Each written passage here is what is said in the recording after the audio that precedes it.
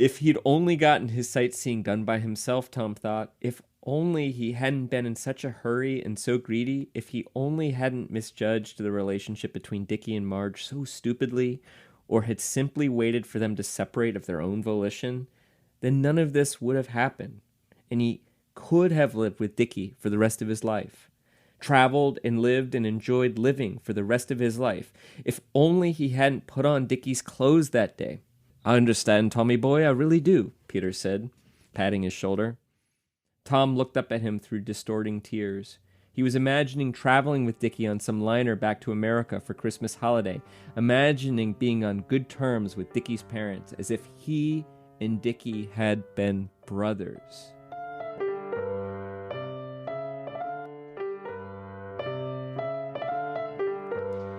Hello, dear listeners. Bagg here.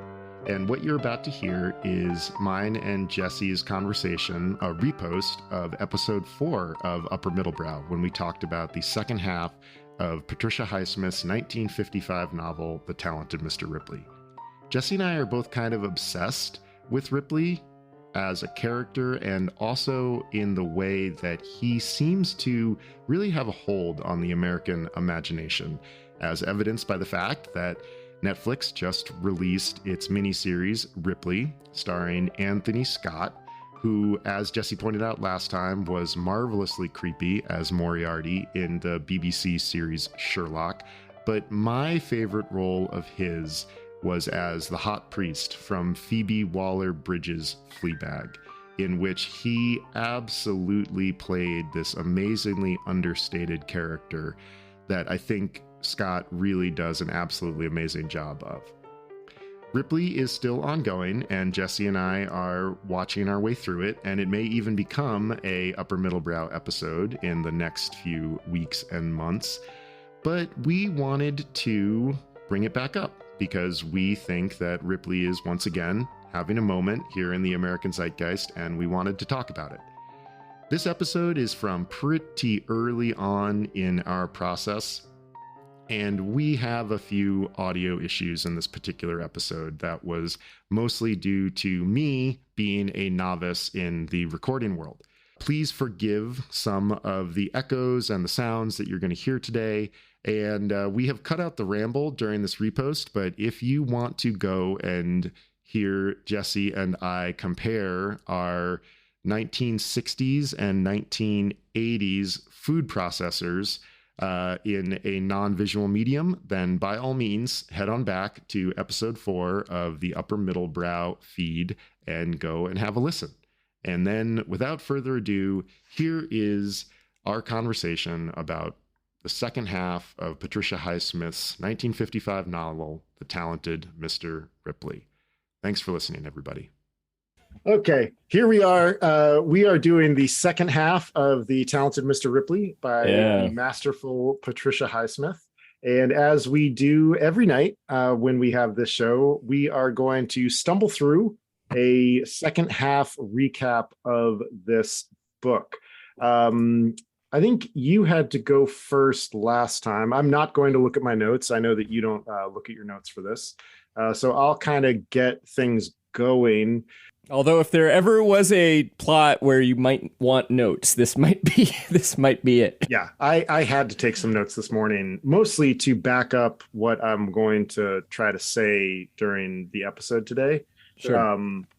Yeah, we pick up with Tom Ripley having just disposed of poor Freddie Miles, who was getting wise to Tom's shenanigans. And was maybe starting to figure things out. So Tom has killed Freddie and kind of wrestles his body down the stairs after the sun has gone down, pretending that Freddie is drunk, gets him in a car, deposits him somewhere out of town, and then returns on the Appian Way, no less. On the Appian Way, yes, exactly. Patricia Highsmith, no stranger to wanting to get in kind of tourist attractions in the books. I love that these books are like a tourist's guide to horror. Yeah, very much so. Yeah. Do you want to go to beautiful places in Europe and kill people? I mean, arguably she's following in somewhat backwards, but following backwards the footsteps of Agatha Christie in that regard too. We talked about this last time, how this is kind of a mystery in reverse, which is kind of impressive that she has kind of invented a genre. But anyway, we get back to at the moment, Tom is staying in a hotel or an apartment. Apartment, I believe. We're in Rome. Well, no, he moved out of Dickie's apartment into a hotel. He does after he talks to the police. Yeah, police come and talk to that's him. Right. All right, so he's Dickie's apartment, and it's very important. He is pretending still to be Dickie at this point. Exactly. Yeah. Fausto, his Italian teacher from Montebello, shows up, and Tom has to kind of put him off, even though Fausto is very insistent, and puts him off and manages to not allow Fausto to come up. An investigator arrives. Tom also answers a call from a character named Van Houten, who's sort of super sad about Freddie's murder. Tom asks the investigators if he can travel to Majorca. The investigators say, no, we'd really prefer if you stay in Italy. And Tom kind of takes advantage of that to remove to Naples, I believe, on his way to Sicily. He does get the investigators do ask him about the boat, which has been discovered in San Remo, the boat that Tom killed Dickie in. As Tom heads off to Sicily, I will kick it on back to you. Yeah, and I will have to say, like, I read a lot of this a couple weeks ago, and it's really hard for me to remember the details because one version of this plot could just be Tom visits several cities in Italy and then goes to Greece, the end. Like, that is one way of describing the second half of the book. There is some, people wrangling that he has to do. If I remember correctly, though, he goes to Sicily, or maybe it's Sardinia, and there he's still impersonating Dickie, and he continues doing some forgeries, and he continues writing some letters, but he makes sure that he's seen there as Dickie, as a kind of alibi for Dickie still being alive at this point, because he's starting to come to the conclusion in his head that he's probably going to have to make it look, he can't go on pretending to be Dickie forever. Eventually he'll get caught at that because somebody who actually knows Dickie will show up. And so at some point Dickie will have to vanish.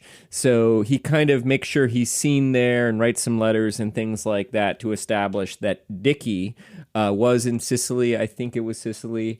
And then if I'm remembering correctly, he decides he's going to go to Venice. And he is a little bit nervous, and I think he's kind of wondering, like, is this just gonna be like every other place where you go there and you think it's gonna be great and it's kind of terrible? But very quickly he actually is sort of like, I really like Venice. And if I'm remembering correctly, he goes to Venice as Tom Ripley. And there's this moment, and it's actually one of my favorite passages in the second half, where he is sad about going from being Dickie to Tom Ripley. And this is a moment too, though, where in going to Venice, I can't remember if he has like a little brief stay over in Paris too on his way to Venice. Not in Paris. He stops in Trento. Is that where he has a nice dinner? He buys a car in the north of Italy, has a nice dinner and sort of spends a night in the car and marks up a guidebook to make it look as if he has been kind of kicking around the north of Italy while Dickie has been in the south, murdering Freddie Miles. This is Tom Ripley's alibi he's now establishing. That's right. And by buying the car, he's establishing that basically the entire winter from the time Tom and Dickie left San Remo, that Tom was just kind of wandering around in northern Italy with a car. I'm gonna kind of press fast forward in a similar way that you kind of mentioned. This is Tom in Italy dealing with loose ends. While I was doing my plot mapping this morning, there's a section from chapter 19 to chapter 28 that the plot arc that I set for that section is simply called tying up little loose ends. Mm-hmm. Tom, while he's in Italy, he discovers that Tom Ripley, has gone missing. That is written in the newspaper. And he has this impulse at first to go and reveal himself right away. And then it's like, oh, no, I shouldn't do that. I should wait until it's in a few more newspapers, which he does. And this kind of helps establish his alibi that he's been kicking around in the North, and he has been out of contact and hadn't heard anything about what's been going on. He's pretty much trying to get the police to think that Dickie murdered Freddie pretty much through reverse psychology, by trying to get them to think that there's no way that Dickie would have done anything like this, while he's continuing to add clues that in fact Dickie did kill Freddie. There's a real subplot in this book where Tom imagines that it is Dickie who killed Freddie, because it was Tom play acting as Dickie at that moment. Marge may be a problem, as Tom begins to kind of test run this idea that Dickie killed himself. And Marge arrives in Venice, where Tom thinks that he might actually have to kill Marge as well. And he goes to some parties. Mr. Greenleaf shows up in Venice. Marge discovers Dickie's rings in one of the bags that Tom has. And Tom says, oh, he gave those to me. He seemed really down, and Marge thinks, oh, maybe he really did kill himself. A private investigator that Mr. Greenleaf has hired shows up from America and does some investigating and interrogating. I'll let you wrap up the last couple of chapters. The other thing that does happen plot-wise is at one point he has to meet with a couple of police officers who were the same police officers who interrogated him when he was pretending to be Dickie. And it's interesting. I think it's kind of a stand-in for how Patricia Highsmith is trying to make us believe that Tom gets away with this, because we're meant to understand that Tom basically is able to transform himself back to Tom Ripley. He darkens his hair a little bit. He had dyed it, but he basically just changes his posture and his way of speaking. And it's one of those things where it's like, that seems unlikely. And yet, I think this is one of those moments where the author is just asking us to believe something, and I guess we just have to believe it. And we have to understand that Tom is good at this kind of thing. So there's a moment where he's interviewed by those two police officers, and they don't recognize that he's the same guy they talked to several months earlier. So that happens. Mr. Greenleaf has shown up, as you said. And basically Tom's strategy for getting away with this murder is convincing everybody that Dickie killed himself, which isn't a very good strategy, and yet it seems to be working. But then Tom does a couple things, and one is the police are no longer saying he can't leave. He decides to go to Greece. He really wants to go to Greece. And another thing that happens is he gets really, really bold, and I think when he was in Sicily, he had written a will in Dickie's handwriting and put it in an envelope that said, do not open till June or something like that. And so now he writes a letter to the Greenleafs, who have gone home, and says, I don't know what to do. I just found this will. It's so strange, but your son, Dickie, who died under mysterious circumstances and really only saw me among very few other people during that time, seems to have left all of his money to me. Weird. I don't know what to do about this. And then, actually very cleverly, I think, gets on the boat for Greece, sort of drops that bomb, and then doesn't stick around. And he goes to Greece, and he befriends this older lady, and Tom seems kind of happy. for once in his life. And he is also reflecting on how much luck he's had getting away with these two murders recently, which I think is a little bit of lampshading on the part of Patricia Highsmith. So there's a little bit of that going on. And then he shows up in Greece and he's expecting to be arrested, and he's not arrested, and he gets a letter from the Greenleaf saying, we're not surprised that Dickie left you his money, and we're going to go ahead and make sure you get the money. And that's pretty much the end of the book, as I recall. Bean. Yeah. You and I used to have a joke back when we lived in Maine together, and there was a real possibility that we would kind of see each other regularly. And we had this wonderful joke where we would say, El año próximo in Brunswick, or like insert some like northeastern place that, was not Havana, which is what that saying is supposed to be, El año próximo in Havana. Or I think as we would perhaps say at Passover next year in Jerusalem.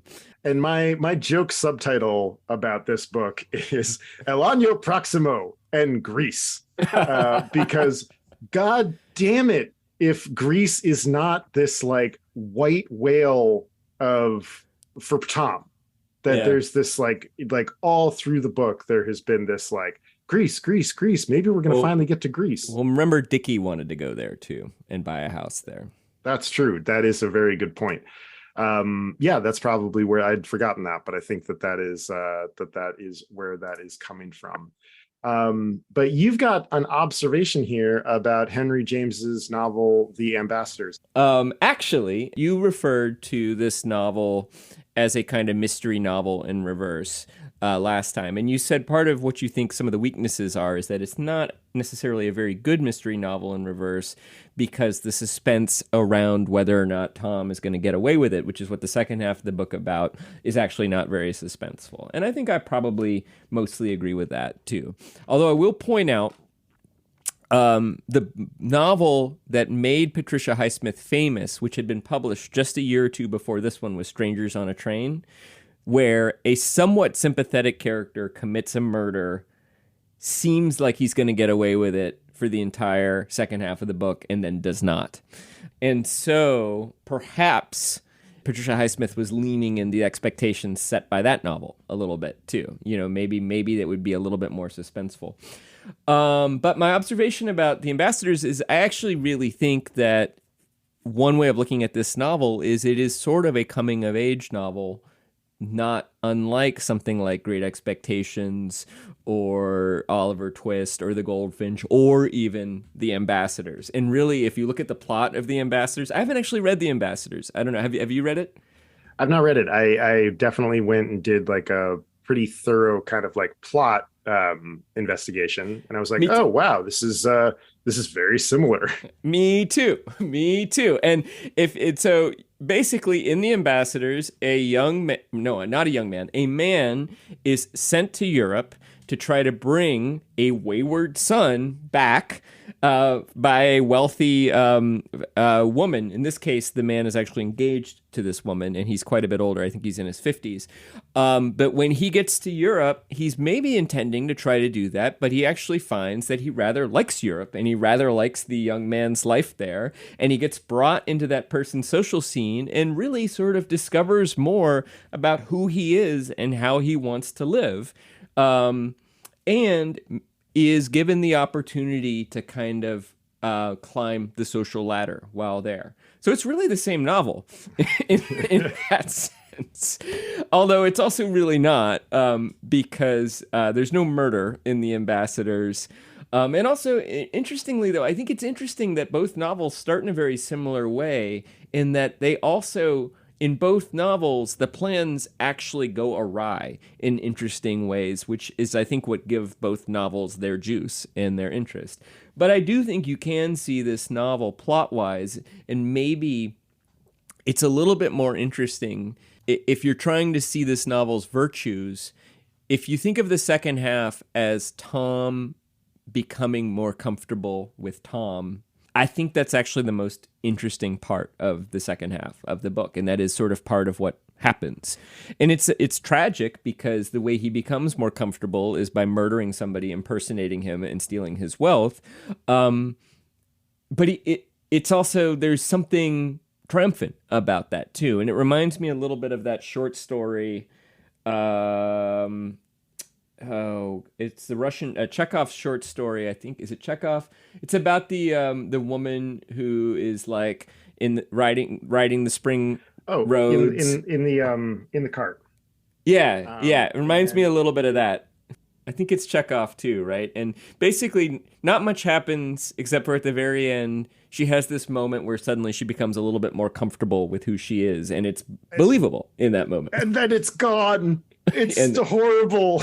Yeah. It's so Chekhovian. Wow. There's this like the sun, like there's like this brief moment of sun that I think a train is passing.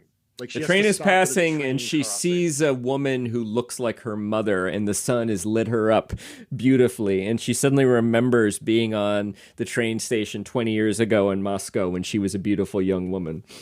Oh, it's too much. It's too sad. Yeah. Do you have a section that sort of leaps off of what you were talking about? Sure. Tom kind of becoming himself. I do actually. I have one marked. Okay, so he's on the boat headed for Greece, and he sent the will, the forged will, I should say, to Dickie's parents, and he's been enjoying just kind of walking this old lady, Mrs. Cartwright, around the deck every night and talking with her and her daughter, and they kind of bicker a little bit, and Tom has become kind of like a little pet of this woman, and one's not sure if he even really likes the daughter. He just likes the old lady, it seems like. Maybe Mrs. Cartwright had been a hellcat in her youth, Tom thought. Maybe she was responsible for every one of her daughter's neuroses. Maybe she had clutched her daughter so closely to her that it had been impossible for the daughter to lead a normal life and marry. And maybe she deserved to be kicked overboard instead of walked around the deck and listened to for hours while she talked. But what did it matter? Did the world always mete out just desserts? Had the world meted his out to him? He considered that he had been lucky beyond reason in escaping detection for 2 murders, lucky from the time he had assumed Dickie's identity until now. If the first part of his life, fate had been grossly unfair, he thought, the period with Dickie and afterwards had more than compensated for it. And something was going to happen now in Greece, he felt, and it couldn't be good. His luck had held just too long. But supposing they got him on the fingerprints and on the will, and they gave him the electric chair. Would that death in the electric chair equal in pain? Or could death itself at 25 be so tragic that he could not say that the months from November until now had not been worth it? Certainly not. What a monster. My God. I really hope Patricia Highsmith's life was not terrible. Oh, well, that's interesting. I think she was very uncomfortable for much of her life. Although I don't know. It's a good question. It's an amazing passage because you're right. Like it's one of the few times that we see Tom comfortable with himself, and he has missed the fucking point about fate. Like, well, yeah. I mean, like, has the world meted out its just desserts to him? No. Like, the just desserts are you getting caught, you like identity thieving murderous asshole. I think the place where we maybe differ on this book is that I just hate this person. Yeah. And I do not root for him in any way. I was surprised how much I was rooting for him to get caught and being frustrated with the dramatic irony that I knew he was not going to get caught. And that made it sort of pleasant in a melancholy kind of way, the way that I would enjoy like a Chekhov book where it's like it is heartbreaking and sad. Yeah. But it's like perverted and flip-flopped. To me, that passage really reminds me of Friedrich Nietzsche's argument in what I think how I understood his argument in The Birth of Greek Tragedy, where he was basically, as I understood it, he was saying the Greeks liked stories where terrible things happened to good people, because what it meant was that it didn't matter if you were good or bad, or it didn't matter if you did what the gods wanted you to do. That fate had no relationship to morality, and therefore we were all free. And I think Tom's having a similar realization. I think he's feeling free, and you're right. He doesn't deserve it, but it is also kind of interesting to me that it's sort of like this taking this reckless act, doing these terrible things, and getting away with them. It's the portrait of somebody realizing who he is and how he wants to live. And he even decides, even if I don't get away with it, it was worth it. And there's something profound there, even if it's profoundly bad. I mean, this is the flip-flop of a Greek tragedy. Good things are happening to terrible people. There you go. Yeah. And again, as much as I dislike Tom Ripley, like I keep coming back to this, hats off to Patricia Highsmith. Because she's not only a master craftswoman in terms of her sentences. I mean, she has really got under my skin with Tom Ripley, and has sort of done something. You spend the book being like, no, like he's going to get away again, and it's pretty impressive that that's what she decided to go after. Well, can I ask? Is part of your horror with Tom Ripley... Well, let me back up. That passage you read last time where he decides to kill Dickie was actually one of my least favorite passages the first time I read the book. When I read it the second time, I think I saw more of what you saw in it, which was like a pretty accurate and horrific walking through of the kind of rationalization some people can do around bad behavior. So I'm curious, though. So part of the reason I didn't like it is it just didn't resonate with me at all. You know, I was used to the Matt Damon, Anthony Minghella movie where, yes, Tom Ripley is angry at Dickie. Yes, he's jealous. Yes, he has an unrequited attraction and he's feeling anger about that. But he doesn't actually mean to kill him. That's sort of an accident. And when he does it, he feels terrible about it, which I actually think is kind of relatable. And maybe in my mind, a more relatable story than choosing to kill your best friend of 6 weeks ago just because you're kind of pissed, and want to take his rings. So part of the reason I didn't like that passage so much the first time was that it just didn't feel relatable to me. It just felt like it was out of the blue. Reading it the second time with the subtext of Tom's sublimated homosexuality and his attraction, I could see it coming more clearly this time, and it made a lot more sense. But I guess is part of your revulsion that Ripley seems all too real to you? Yes. Short answer. What's the long? Can you give me the long answer? Or is it too personal? No, it's not. It's not just personal. There's aspects of it that are personal. I mean, I think we all have done premeditated things in our lives that we are not proud of. And when we go back and examine those things, I think we do a lot of justification. This happened and that happened. And I think what is so chilling about that passage is that we're watching that happen in real time. We're watching Tom come up with the idea and then begin justifying it in the moment. And I think we've all done things like that, all things that we it's not as far as murder and identity theft, but you realize that Highsmith is probably trying to raise the stakes to a point where we're actually going to pay attention. I mean, this is a book about kind of bad decisions on top of bad decisions that eventually turn out right. And I think personally, having tried to come back from a lot of the bad decisions in my life and learn from them, watching somebody make those bad decisions and then be rewarded for them strikes at the heart of what I find really offensive. And I think there's a lot of that in the world. I mean, the world is unfair, and a lot of times people are rewarded for bad behavior. And I think it's impressive that in the middle 50s that Patricia Highsmith kind of wanted to talk about. Well, let me then ask you, is this a great writer choosing to write a book about a character who does not deserve to be a protagonist, and you're offended by that? Or is it a great writer and a great book? It's just a book that makes you very uncomfortable. It's almost a great book. He's a great writer, a good book, and a character that makes me uncomfortable.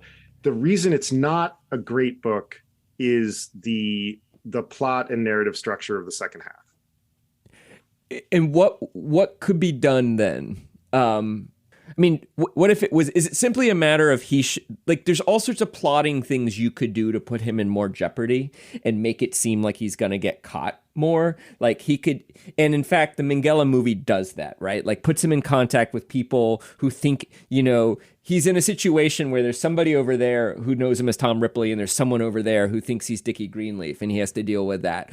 Or put him in a situation where he might get caught in one of his lies. Or the cops, the Italian police could even look at his fucking registration papers, which all you have to do is be like, oh, Mr. Signor Ripley, may I see your registration? Yes. It says that it was done in May, but you say that you were traveling around the north in February in this very same car. Why is your, or they could be like, can you produce one single hotelier who has seen you in the north of Italy? Can you remember the name of one single city where you stayed in one? We'll go and, they could have caught him. There's plenty of evidence against him if they had only looked. So would have making his peril greater made it a better book?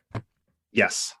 My problem with the second half of this book, whenever you're escalating tension, in each chapter, you want to escalate one main plot thread tension and probably a secondary plot tension. So like the big thrust of what you're working on, you do need to escalate the tension there. And then maybe like a secondary plot tension, maybe escalate that too, but probably not every chapter, because then you're just turning every dial every chapter. It would get fatiguing, right? It would just exactly. Yeah. It would be kind of like Dan Brown or something like that. Exactly. Yeah. Or Spinal Tap. Yeah. Everything's 11 all the time. Exactly. Yeah. Yeah. Whenever I need a little more tension, I just turn it. The other bands will ratchet the tension to 10, but I just put it at 11. I just take all the knobs and I turn them all to 11. All to 11. And there's a few downbeat chapters that are, chapter 19, she gets to Sicily, Tom's in control, and nothing really gets escalated there. And you need that. Mm-hmm. You need upbeats and downbeats. There is another downbeat chapter, 27, when he talks with the private investigator, McCarran. There are a lot of echoes of the first chapter. They go to a bar. Tom is really worried about getting caught, and there's a question and answer with an older American man. Very, very redolent of the first chapter. And McCarran just buys it. Yeah. He's like, okay. And I think what happened to Highsmith in the second half of this book is and this happens to writers all the time, you get attached to your characters and you kind of want good things to happen to them, and you shy away from those moments when what you really need to be doing is turning up the pressure on them. I do not know what some of those other choices she could have made, but it's not incumbent upon me to come up with those. That's whenever you're rewriting the book, something went wrong. Exactly. Unless you're Anthony Minghella, the screenwriter, and you're taking some good source material and you're making it even better. Yeah, but I went through and kind of in the second half of the book did a little column per chapter of like, okay, what is the obstacle that Tom has to overcome? So chapter 16, getting rid of the body, he needs to make Freddie seem drunk. In chapter 17, the investigator shows up. He needs to avoid notice while he's in Rome. I'll say, sorry to interrupt, I would say like all that's pretty good in terms of escalating the danger and the tension. Like this part is pretty good in terms of like, Tom's in trouble and he's got to think fast and all of that. Exactly. And then he comes out on the idea, how do I avoid detection? I become Tom again. And like, that I think could have been, because those are some of the sections that you really found winning, of Tom realizing that he has to become himself again and not really liking it, and then kind of liking it and sort of buffing Tom Ripley into something more. And that would have been great. But instead we get the bank remittances are forged. And so, okay, we got to do some things with there. Oh, Marge shows back up. We got to deal with her. Maybe I need to beat her to death with my shoe and drop her in the canal. I need to get all of these lies right about Dickie's money and not get caught. Then the rings. The rings show up. I got to come up with a plausible story about the rings. Do I need to kill Marge? Oh no, she solves it for me because she just buys my description. Then McCarran buys the story. And then the goddamn suitcases get discovered. The dreams of Greece are shattered. Will the investigation be reopened? No. With Tom's fingerprints all over them. Yet another opportunity. I think it's okay if either McCarran or the Italian police were incompetent, but not both, you know? Like, and I want to point to something here, which is that McCarran and the Italian police are both what would have been considered kind of like white ethnics, like non-WASP. And Patricia Highsmith was a WASP, and from what I've read, she was both kind of like Tom, kind of like resented her social class, but also had all the prejudices of a WASP. And I think we're supposed to believe that McCarran is not very competent because he's Irish, and that the Italian police are not very competent because they're Italian. I think, yeah. And I'm hesitant to use the word racist because it's not really race, although it is racist because it's about who the whitest white people are. It is white supremacist, and it's a belief that, yeah, maybe the Irish and Italians they're part of the white club, but they're like, they have to ride coach class in the white boat, you know? And I think we're just supposed to accept that maybe it's possible that Italian police are notoriously. She does say that the French police were better than the Italians, and so maybe there's something to that. Maybe there's a little bit of an anthropological observation she's making. But then in that case, McCarran should be really on the ball, right? You know, like that should ratchet up the stakes. And the other thing that's happening that also to me occasionally makes it good in the second half is that Tom has pangs of guilt, and those are good moments when Tom has pangs of guilt. And I even think it's okay that they're few and far between, because so much of what Tom experiences is repressed and subtextual. So it's okay to me that Tom is not walking around a nervous wreck from guilt all the time. But I think the second half would be better if there was more guilt. But can I read you one of my other favorite passages from the second half, which gets to hopefully I'm not stepping. Okay, so Tom is talking with this sort of friendly English guy he's gotten to know in Venice, Peter. And I think you might have grabbed. This is going to be great if we have the same passage that we are going to talk about. Are you okay with me reading it, or would you rather be the one? Yeah, absolutely. Okay. No. So he's talking with Peter. He has this moment where he realizes that if he needed to, he could probably murder Peter and imitate him. And then he feels bad about it because unlike Dickie and unlike Freddie and unlike Marge, he doesn't resent Peter at all. Peter's been nothing but a sweetheart to him. He likes Peter. And so he has this moment of guilt. And this seems to kind of trigger him realizing some of the enormity of what he did to Dickie. And he says, Peter asks him some question and Tom responds, "Thanks. I'd better stay by myself for a while longer. I miss my friend Dickie, I miss him terribly." He was suddenly near tears. He could remember Dickie's smiles that first day they began to get along, when he had confessed to Dickie that his father had sent him. He remembered their crazy first trip to Rome. He remembered with affection even that half hour in the Carlton bar in Cannes when Dickie had been so bored and silent. But there had been a reason why Dickie had been bored. After all, he had dragged Dickie there. And Dickie didn't care for the Côte d'Azur. If he'd only gotten his sightseeing done by himself, Tom thought, if only he hadn't been in such a hurry and so greedy, if he only hadn't misjudged the relationship between Dickie and Marge so stupidly, or had simply waited for them to separate of their own volition, then none of this would have happened, and he could have lived with Dickie for the rest of his life. Traveled and lived and enjoyed living for the rest of his life, if only he hadn't put on Dickie's clothes that day. I understand, Tommy boy, I really do, Peter said, patting his shoulder. Tom looked up at him through distorting tears.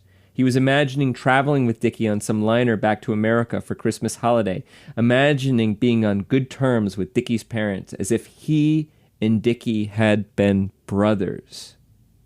Thanks, Tom said. It came out a childlike blub. I'd really think something was the matter with you if you didn't break down like this, Peter said sympathetically. End of chapter. It's where she's at her best. You know, I had this passage too, and what I wish the second half of the first of all, I wish the second half of the book were shorter. I don't think we need the same amount of basically denouement as we did with Rising Action and Climax, because the climax happens when he kills Dickie and kills Freddy. Those are the animating climaxes of the book, and everything else is figuring out what happens. The misunderstanding that ends amicably at the end of this chapter between him and Peter is just a masterstroke, where we get to see Tom's guilt and his monstrousness at the same time.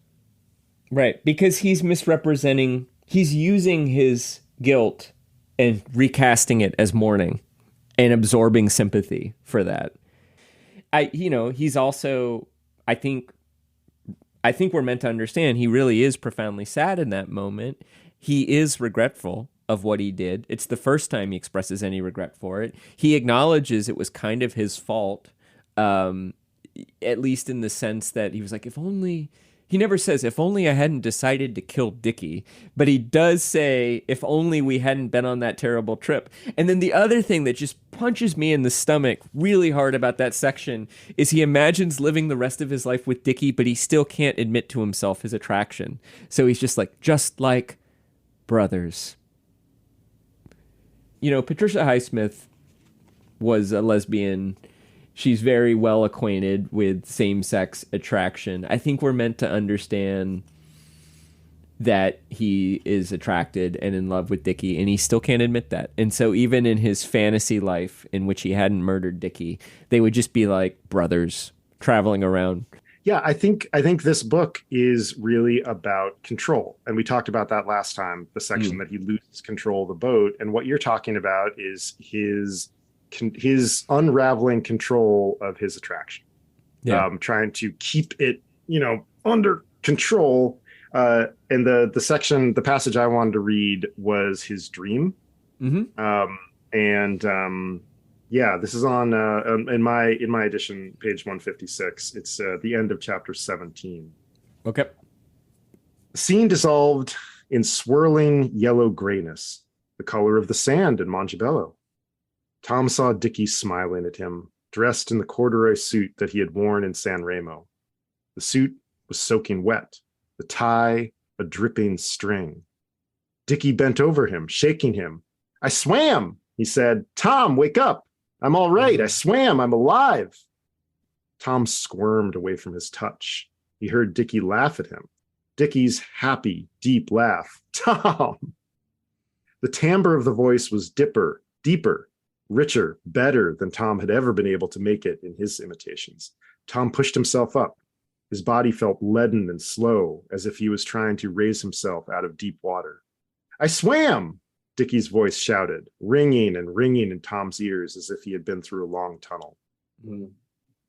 Tom looked around the room, looking for Dickie in the yellow light under the bridge lamp, in the dark corner by the tall wardrobe. Tom felt his own eyes stretched wide, terrified. And though he knew his fear was senseless, he kept looking everywhere for Dickie, below the half-drawn shades at the window and on the floor on the other side of the bed. He hauled himself up from the bed, staggered across the room, and opened a window. Then the other window. He felt drugged. Somebody put something in my wine, he thought suddenly. He knelt below the window, breathing the cold air in, fighting the grogginess as if it were something that was going to overcome him if he didn't exert himself to the utmost. Finally, he went into the bathroom and wet his face at the basin. The grogginess was going away. He knew he hadn't been drugged. He had let his imagination run away with him. He had been out of control. Mm. There's moments like that one, the boat, the passage that you just read, where we get, I think those to be brought up to 11. And I want the sort of like almost farcical nature of like the bumbling Italian investigators and McCarran, who's like this sort of like Peter Sellers-esque kind of like group, and Marge comes across as pathetic. I want less of that. And certainly I don't want one of the final notes to be rung to be again, the suitcases have been discovered. Don't worry about it. Like, I wish the book were 60 pages shorter and more of the stuff that you and I are talking about right now. I feel like a broken record, but like, I really think that the Minghella movie delivers everything that you're talking about, right? I think you're totally right. I totally agree. And one of the ways it fixes it is that Marge actually kind of figures out what happened. And she tries to tell Herbert Greenleaf, and she tries to tell the detective, and they don't believe her because they're just sexist. They're just like, she's hysterical. And you're just like, oh my God, it's so heartbreaking. And I mean, the other thing, well, I don't know if you remember the very last scene from that movie, but you get another moment of, what did you call it? Of climax, of emotional climax, because of what Tom needs to do to escape his predicament in that moment is heartbreaking and heart-wrenching. Yeah. And I think we're kind of, I don't know, I think we're kind of there. Well, I guess I thought you were going to say, you ended up on the side of this is a good book, even though the character makes me uncomfortable, but that's not necessarily bad. So I was prepared to mount a defense for characters that make you uncomfortable. And I love characters that make me uncomfortable. Yeah, but I don't know. You did refer to yourself as being Ripley'd out right now. I mean, I feel like this book got to you in a way that maybe goes beyond. You told me last time that you hated Ripley, and I confessed that I kind of found him charming a little bit, even though I thought what he did was wrong. I spent like the last 2 weeks being like, am I a less evolved moral person than Chris Bagg? Because Chris Bagg is morally correct.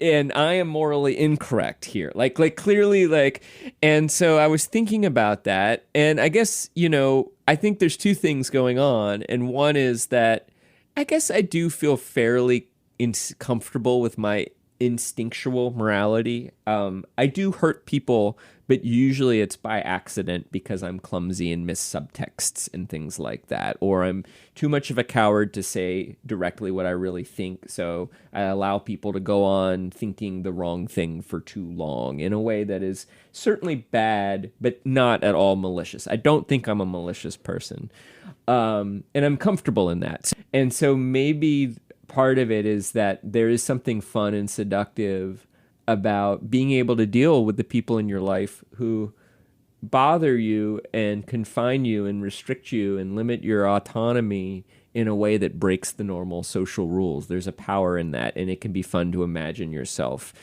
doing that from time to time, which is, I think, like the same reason there are a lot of movies about hitmen and, or even like heist movies with jewel thieves and people like that who are breaking the rules to get what they want and sort of living this life. But I do think there is something to a seductive, immoral character. I think there's something about being sucked into that and feeling like, oh, I'm rooting for Ripley to get away with it, or I'm rooting for Walter White to get away with it. I'm assuming you've watched Breaking Bad. I actually haven't, which is insane. Okay, well, interesting. So I'll just say, the premise of Breaking Bad? I do. Listener, a seemingly normal, nice person cooks meth and sells it to make money, and in so doing finds himself committing murder to protect his business. I hope that doesn't give too much away. Because he's dying of cancer. And that is something that is absent from Tom. We get some sense of Tom's wounds. Yeah. We don't know if they are completely accurate because he is unreliable. We don't know if his stories about Aunt Dottie are correct. And in a lot of like movies or books like that, where we end up cheering for the bad guys, the creator has done some sort of effective legwork to make us realize, like, oh, there is an enemy here, and this is actually the protagonist. And I think this is another one in the column of Patricia Highsmith is amazing, in that she is able to craft something that really is so close to being a great book without doing that for Tom. Yeah. Like he's just a bad guy, and he wins. And I think probably the background that I am bringing to it as an alcoholic who has done some insanely horrible things while I've been drunk. I enjoyed this book. I read it with like a sort of like with an eye towards craft. I think that a bad person getting away and not having to make amends for the things that he did sticks in my craw a little bit. Yeah. And I think that is probably the close to homeness that you're picking up on. Fair enough. With both this and Breaking Bad, I think the experience I have of it is that sense of being charmed by the person doing the bad thing, often for me at least, as a fairly introspective reader or watcher, is fleeting. So I might feel that way at first, but generally at some point I stop feeling that way. Maybe it's the second time I read it in this case.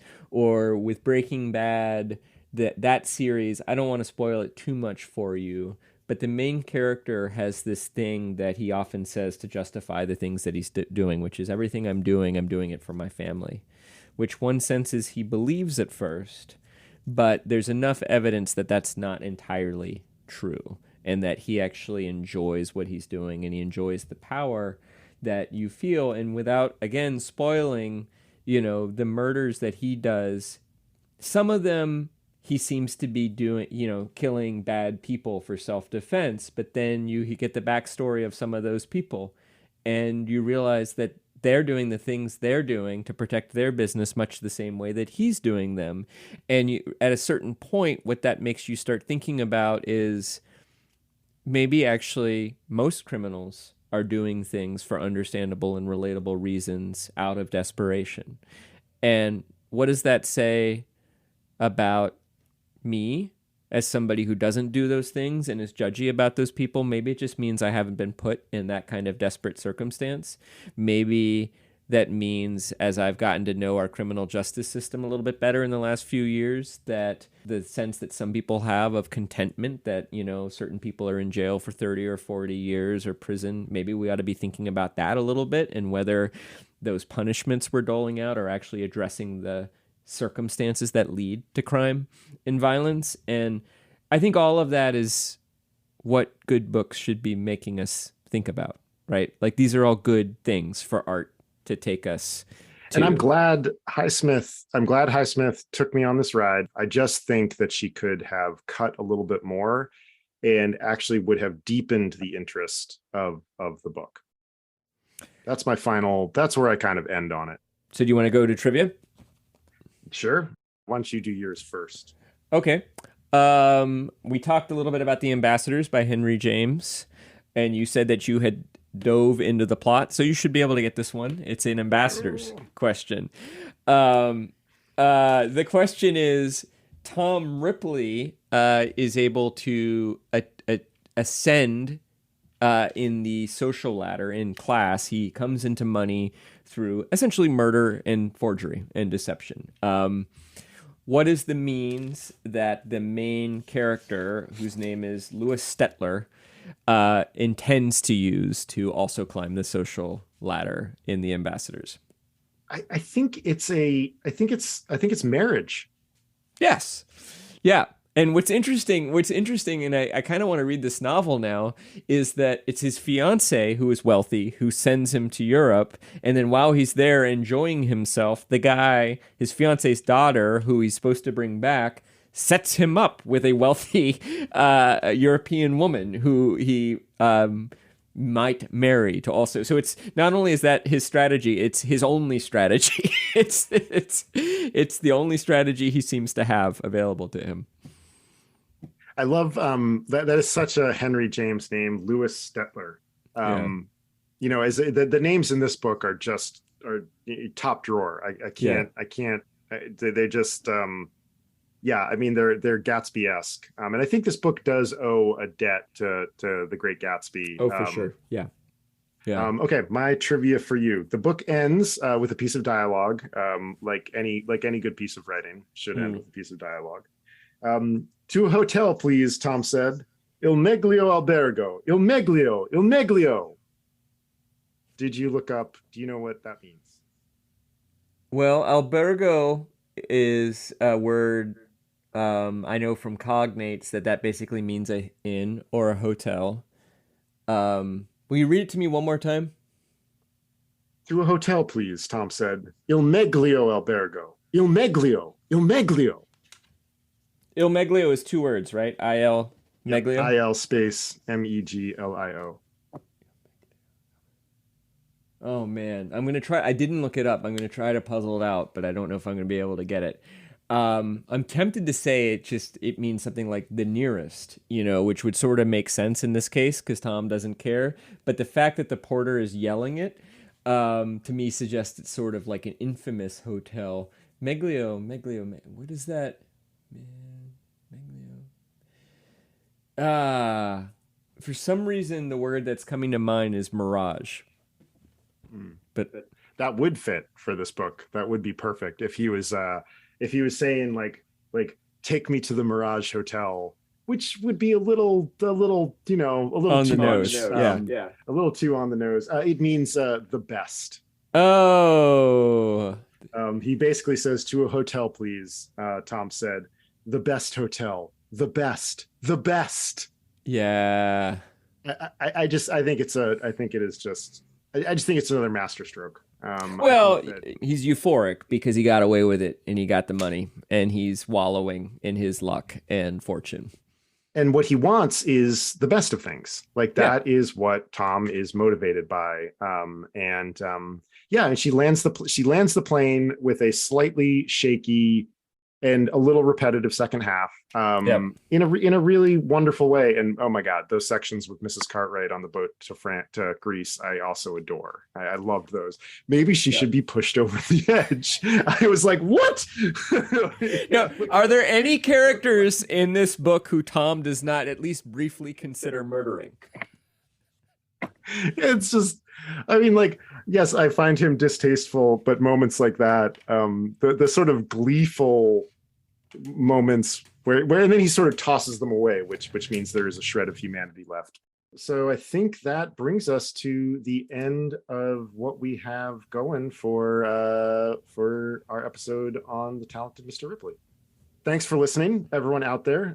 Please don't forget to rate and review the show. That really helps a lot. Again, if you give us a 5-star review, we will read it aloud on the air.